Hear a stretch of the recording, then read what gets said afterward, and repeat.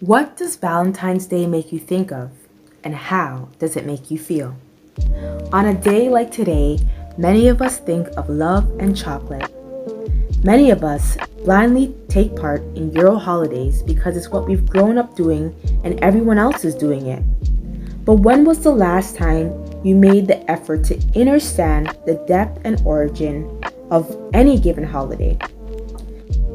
So let's take a deep dive on where some of the wonderful sweet chocolate originates. You guessed it, Mama Africa is cocoa's biggest cocoa producers, specifically West Africa in the Ivory Coast and Ghana.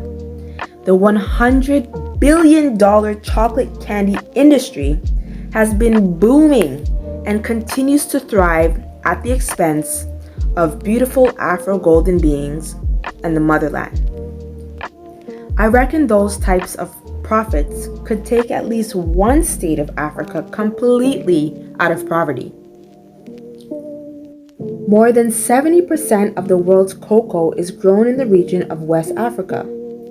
The global chocolate business would be in chaos without West Africa, and yet the profit Africa sees from the sales is significantly less than its billion-dollar sales, and the price of cocoa continues to surge.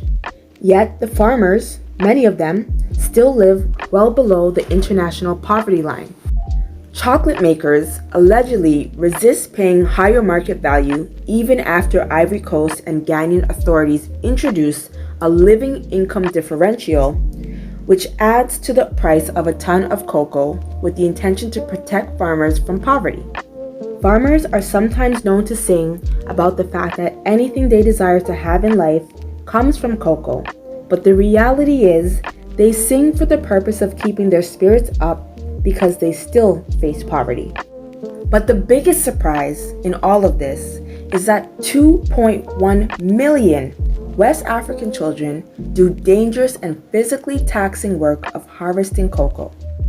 Follow me if you will on this story. 15-year-old Abraham, with his machete hanging on his hip, explains his journey of being born in Mali and moving to Ivory Coast with his father when he was little and has been working ever since. He has never been to school in his life, and he says the work he does is very hard.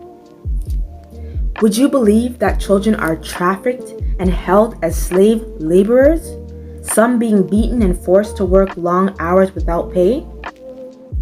This labor has been seen as one of the worst forms of child labor as defined by the International Labor Organization's Convention number 182.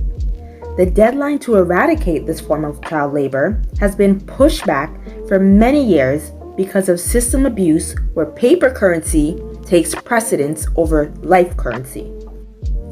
The Harkin-Engel Protocol, which is also sometimes referred to as the Cocoa Protocol, is an international agreement aimed at ending the worst forms of child labor and forced labor in the production of cocoa. But in reality, it's nothing more than a mere piece of paper with signatures to make it look fancy, but ultimately, it has little meaning, if any at all. Buying from the wrong company, usually big brands, means we are eating and enjoying something that these beautiful and innocent children are suffering to make. So just as we don't want to eat the energy of ill-treated animals, such is the same energy we are partaking of and giving to our children and loved ones. Goodies that may have been produced by girls and boys who are being held from their birthright to be free and educated and have been robbed of their childhood.